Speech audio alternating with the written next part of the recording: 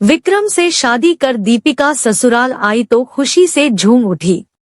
यहाँ उसका इतना भव्य स्वागत होगा, इसकी उसने कल्पना भी नहीं की थी। सुबह 9 बजे से शाम 4 बजे तक ससुराल में रस्में चलती रही। इसके बाद वह कमरे में आराम करने लगी। शाम करीब 4 बजे कमरे में विक्रम आया और दीपिका से बोला, मेरा एक दोस्त बहुत दिनों से कैंसर से जूझ रहा था। उसके घर वालों ने फोन पर अभी मुझे बताया है कि उसका देहांत हो गया है, इसलिए मुझे उसके घर जाना होगा। दीपिका का ससुराल में पहला दिन था, इसलिए उसने पति को रोकने की बहुत कोशिश की, लेकिन विक्रम उसे यह समझा कर चला गया, तुम चिंता मत करो, देर रात तक वापस आ जाऊंगा। विक्रम के जाने के बाद उसकी छोटी बहन शिखा दीपिका के पास आ गई और उससे कई घंटे तक इधर उधर की बातें करती रही। रात के 9 बजे दीपिका को खाना खिलाने के बाद शिखा उससे यह कहकर चली गई कि भाभी अब थोड़ी देर सो लीजिए, भैया आ जाएंगे तो फिर आप सो नहीं पाएंगी। ननद शिखा के जाने के बाद दीपिका अपने सुखद भविष्य की कल्पना करते करते कब सो गई, उसे पता ही नहीं चला। दीपिका अपने माँ बाप की इकलौती बेटी थी। उससे 3 साल छोटा उसका भाई शेखर था। वह 12वीं कक्षा में पढ़ता था। पिता की कपड़े की दुकान थी। ग्रेजुएशन के बाद दीपिका ने नौकरी की तैयारी की तो 10 महीने बाद ही एक बैंक में उसकी नौकरी लग गई थी। 2 साल नौकरी करने के बाद पिता ने विक्रम नाम के युवक से उसकी शादी कर दी। विक्रम की 3 साल पहले ही रेलवे में नौकरी लगी थी। उसके पिता रिटायर्ड शिक्षक थे और मां हाउसवाइफ थी। विक्रम से 3 साल छोटा उसका भाई तुषार था, जो 10वीं तक पढ़ने के बाद एक प्राइवेट कंपनी में नौकरी करने लगा था। तुषार से 4 साल छोटी शिखा थी, जो 11वीं कक्षा में पढ़ रही थी। पति के जाने के कुछ देर बाद दीपिका गहरी नींद सो रही थी, तभी ननद शिखा उसके कमरे में आई। उसने दीपिका को झकझोर कर उठाया। शिखा रो रही थी। रोते रोते ही वह बोली, भाभी अनर्थ हो गया। विक्रम भैया दोस्त के घर से लौट कर आ रहे थे कि रास्ते में उनकी बाइक ट्रक से टकरा गई। घटनास्थल पर उनकी मृत्यु हो गई। पापा को थोड़ी देर पहले ही पुलिस से सूचना मिली है। यह खबर सुनते ही दीपिका के होश उड़ गए। उस समय रात के 2 बज रहे थे। क्या से क्या हो गया था। पति की मौत का दीपिका को ऐसा गम हुआ कि वह उसी समय बेहोश हो गई। कुछ देर बाद उसे होश आया तो अपने आप को उसने घर के लोगों से घिरा पाया। पड़ोस के लोग भी थे। सभी उसके बारे में तरह तरह की बातें कर रहे थे। कोई डायन कह रहा था, कोई अभागन तो कोई उसका पूर्वजन्म का पाप बता रहा था। रोने के सिवाय दीपिका कर ही क्या सकती थी। कुछ घंटे पहले वह सुहागिन थी और कुछ देर में ही विधवा हो गई थी। खबर पाकर दीपिका के पिता भी वहां पहुंच गए थे। अगले दिन पोस्टमार्टम के बाद पुलिस ने विक्रम का शव घर वालों को सौंप दिया था। 13वीं के बाद दीपिका मायके जाने की तैयारी कर रही थी कि अचानक सिर चकराया और वह फर्श पर गिरकर बेहोश हो गई। ससुराल वालों ने उठाकर उसे बिस्तर पर लिटाया। मेहमान भी वहां आ गए। डॉक्टर को बुलाया गया। चेकअप के बाद डॉक्टर ने बताया कि दीपिका 2 महीने की प्रेग्नेंट है, पर वह बेहोश कमजोरी के कारण हुई थी। 2 सप्ताह पहले ही तो दीपिका बहू बनकर इस घर में आई थी, तो 2 महीने की प्रेग्नेंट कैसे हो गई। सोचकर सभी लोग परेशान थे। दीपिका के पिता भी वही थे। वह सकते में आ गए। दीपिका को होश आया तो सांस दहाड़ उठी। बता, तेरे पेट में किसका पाप है। जब तो पहले से इधर उधर मुंह मारती फिर रही थी तो मेरे बेटे से शादी क्यों की। दीपिका कुछ न बोली, पर उसे याद आया कि रोका के 2 दिन बाद ही विक्रम ने उसे फोन करके मिलने के लिए कहा था। उसने विक्रम से मिलने के लिए मना करते हुए कहा, मेरे खानदान की परंपरा है कि रोका के बाद लड़की अपने होने वाले दूल्हे से शादी के दिन ही मिल सकती है। माँ ने आपसे मिलने से मना कर रखा है। विक्रम ने उसकी बात नहीं मानी थी। वह हर हाल में उससे मिलने की जिद कर रहा था, तो वह उससे मिलने के लिए राजी हो गई। शाम को छुट्टी हुई तो दीपिका ने माँ को फोन करके झूठ बोल दिया कि आज ऑफिस में बहुत काम है, रात के 8 बजे के बाद ही घर आ पाऊंगी। फिर वह उससे मिलने के लिए एक रेस्टोरेंट में चली गई। उस दिन के बाद भी उनके मिलने जुलने का कार्यक्रम चलता रहा। विक्रम अपनी कसम दे देकर उसे मिलने के लिए मजबूर कर देता था। वह इतना अवश्य ध्यान रखती थी कि घर वालों को यह भनक न लगे। एक दिन विक्रम उसे बहला फुसला कर एक होटल में ले गया। कमरे का दरवाजा बंद कर उसे बाहों में भरा तो वह उसका इरादा समझ गई। दीपिका ने शादी से पहले सीमा लांघने से मना किया, लेकिन विक्रम नहीं माना। मजबूर होकर उसने आत्मसमर्पण कर दिया। गलती का परिणाम अगले महीने ही आ गया। जांच करने पर पता चला कि वह प्रेग्नेंट हो गई है। विक्रम का अंश उसकी कोख में आ चुका था। वह घबरा गई और उसने विक्रम से जल्दी शादी करने की बात कही। देखो दीपिका, सारी तैयारियां हो चुकी है। बैंक्वेट हॉल, बैंड वाले, बग्गी आदि सब कुछ तय हो चुके हैं। 1 महीना ही तो बचा है। घर वालों को सच्चाई बता दूंगा तो तुम ही बदनाम होगी। तुम चिंता मत करो, शादी के बाद मैं सब संभाल लूंगा। जब सास उसे तरह तरह के ताने देने लगी तो दीपिका ने आखिर चुप्पी तोड़ दी। उसने सभी के सामने सच्चाई बता दी, पर उसका सच किसी ने स्वीकार नहीं किया। सभी ने उसकी कहानी मनगढ़ंत बताई। आखिर अपने सिर बदचलनी का इल्जाम लेकर दीपिका माता पिता के साथ मायके आ गई। वह समझ नहीं पा रही थी कि अब क्या करे। भविष्य अंधकारमय लग रहा था। होने वाले बच्चे की चिंता उसे अधिक सता रही थी। 5 दिन बाद दीपिका जब कुछ सामान्य हुई तो माँ ने उसे समझाते हुए गर्भपात कराकर दूसरी शादी करने की सलाह दी। कुछ सोचकर दीपिका बोली, मम्मी, गलती मैंने की है तो बच्चे को सजा क्यों दूं? मैंने फैसला कर लिया है कि मैं बच्चे को जन्म दूंगी, उसके बाद ही भविष्य की चिंता करूंगी। दीपिका को ससुराल आए 20 दिन हो चुके थे तो अचानक तुषार आया।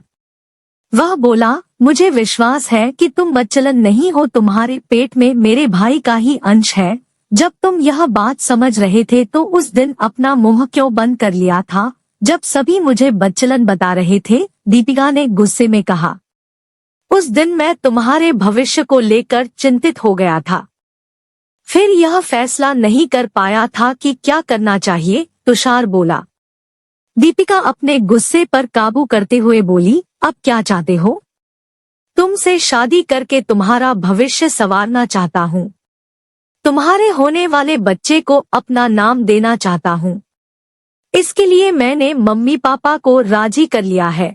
ऑफिस और मोहल्ले में वह बुरी तरह बदनाम हो चुकी थी। सभी उसे दुष्चरित्र समझते थे। ऐसी स्थिति में आसानी से किसी दूसरी जगह उसकी शादी होने वाली नहीं थी, इसलिए आत्ममंथन के बाद वह उससे शादी के लिए तैयार हो गई। दीपिका बच्चे की डिलीवरी के बाद शादी करना चाहती थी, लेकिन तुषार ने कहा कि वह डिलीवरी से पहले शादी करके बच्चे को अपना नाम देना चाहता है। ऐसा ही हुआ। डिलीवरी से पहले उन दोनों की शादी हो गई। जिस घर से दीपिका बेइज्जत होकर निकली थी, उसी घर में पूरे सम्मान से तुषार के कारण लौट आई थी। फलस्वरूप दीपिका ने तुषार को दिल में बसाकर प्यार से नहला दिया और पलकों पर बिठा लिया। तुषार भी उसका पूरा ख्याल रखता था। घर का कोई काम उसे नहीं करने देता था। काम के लिए उसने नौकरी रख दी थी। तुषार का भरपूर प्यार पाकर दीपिका इतनी गदगद थी कि उसके पैर जमीन पर नहीं पड़ रहे थे। डिलीवरी का समय हुआ तो बातों बातों में तुषार ने दीपिका से कहा, तुम अपने बैंक की डिटेल्स दे दो। डिलीवरी के समय अगर मेरे अकाउंट में रुपए कम पड़ जाएंगे तो तुम्हारे अकाउंट से ले लूंगा। दीपिका को उसकी बात अच्छी लगी। बैंक की पासबुक, डेबिट कार्ड और ब्लैंक चेक्स पर दस्तखत करके पूरी की पूरी चेकबुक उसे दे दी। नॉर्मल डिलीवरी से बेटा हुआ तो उसका नाम गौरांग रखा गया। 6 महीने बाद तुषार ने हनीमून पर शिमला जाने का प्रोग्राम बनाया तो दीपिका ने मना नहीं किया। वहां से लौटकर आई तो बहुत खुश थी। तुषार का अथाह प्यार पाकर वह विक्रम को भूल गई थी। गौरांग 1 साल का हो गया था। फिर भी दीपिका ने तुषार से डेबिट कार्ड और दस्तखत किए हुए चेक्स वापस नहीं लिए थे। इसकी कभी जरूरत महसूस नहीं की थी। तुषार ने उसके अंधकारमय जीवन को रोशनी से नहला दिया था। ऐसे में भला वह उस पर अविश्वास कैसे कर सकती थी।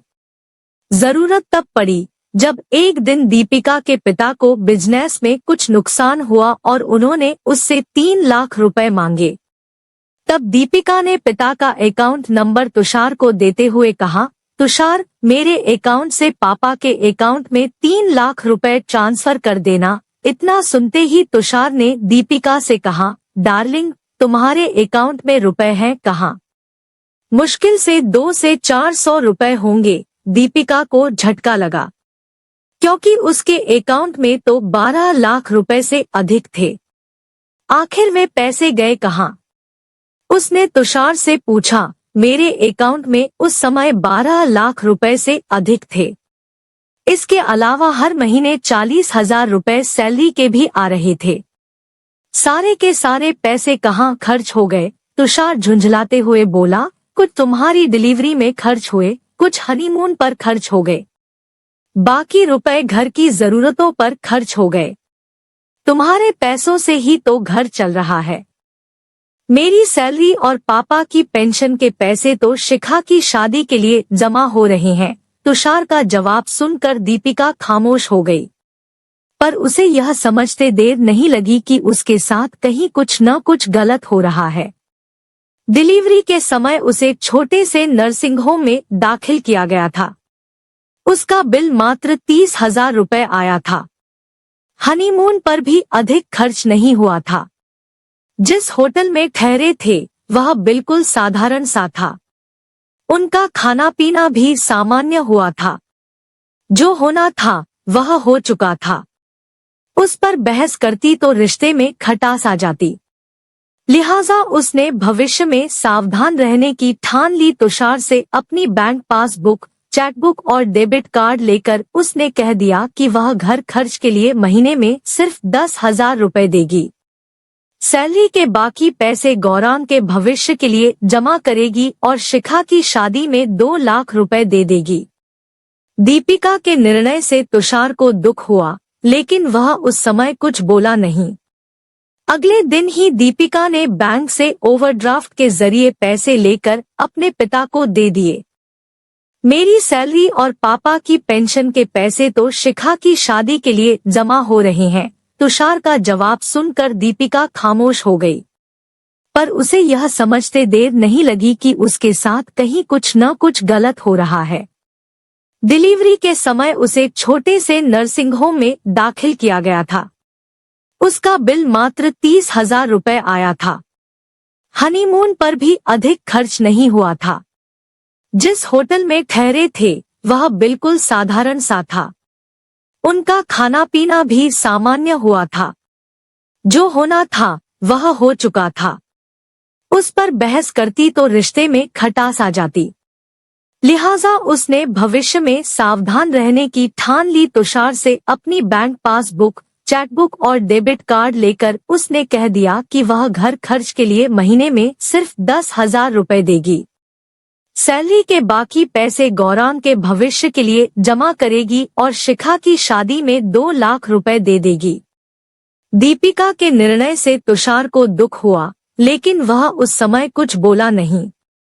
अगले दिन ही दीपिका ने बैंक से ओवरड्राफ्ट के जरिए पैसे लेकर अपने पिता को दे दिए।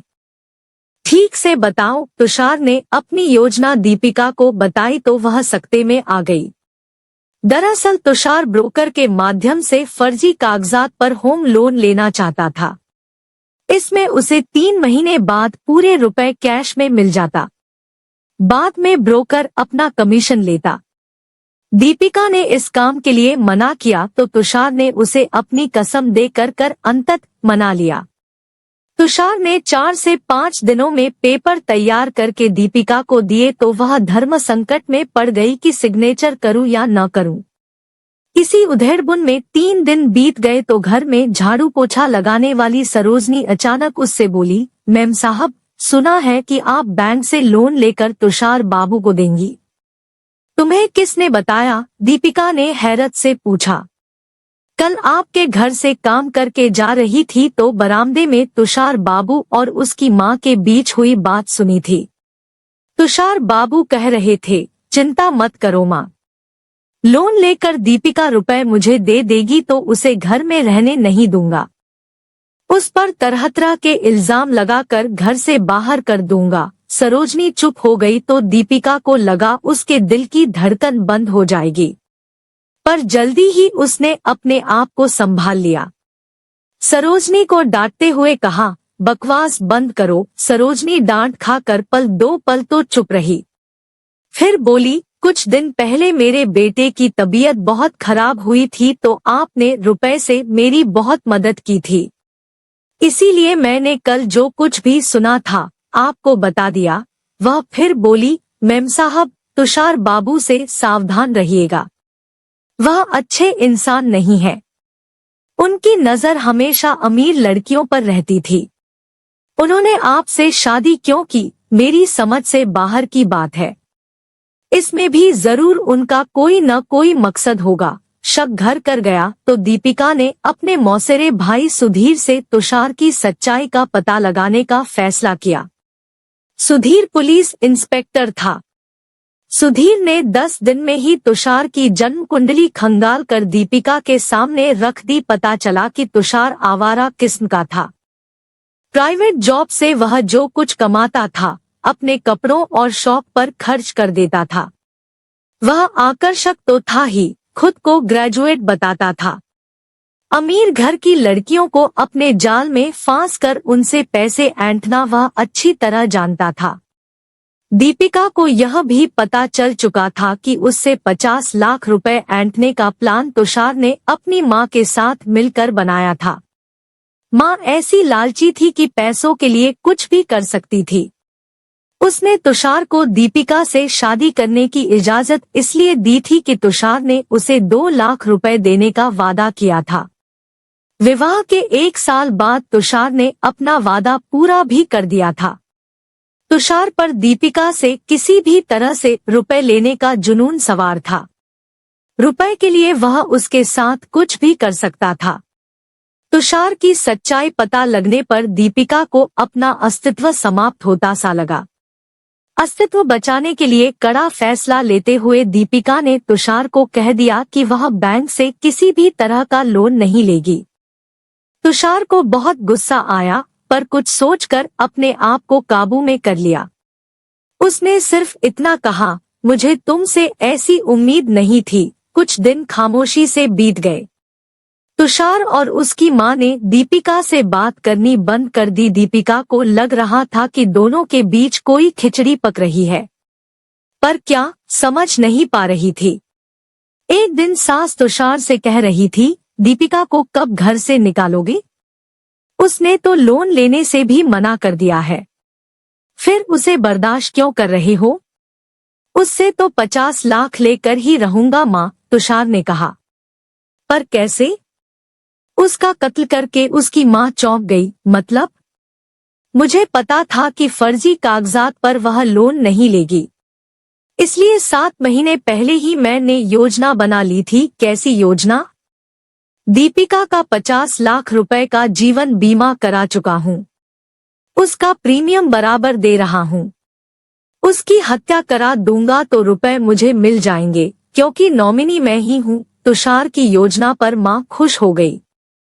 कुछ सोचते हुए बोली, अगर पुलिस की पकड़ में आ जाओगे तो सारी की सारी योजना धरी की धरी रह जाएगी। ऐसा नहीं होगा मां, दीपिका की हत्या कुछ इस तरह से कराऊंगा कि वह रोड एक्सीडेंट लगेगा, पुलिस मुझे कभी नहीं पकड़ पाएगी।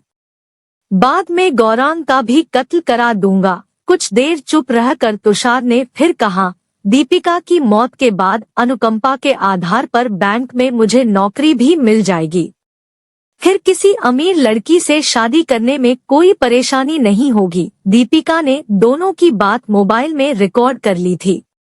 मां बेटे के षड्यंत्र का पता चल गया था।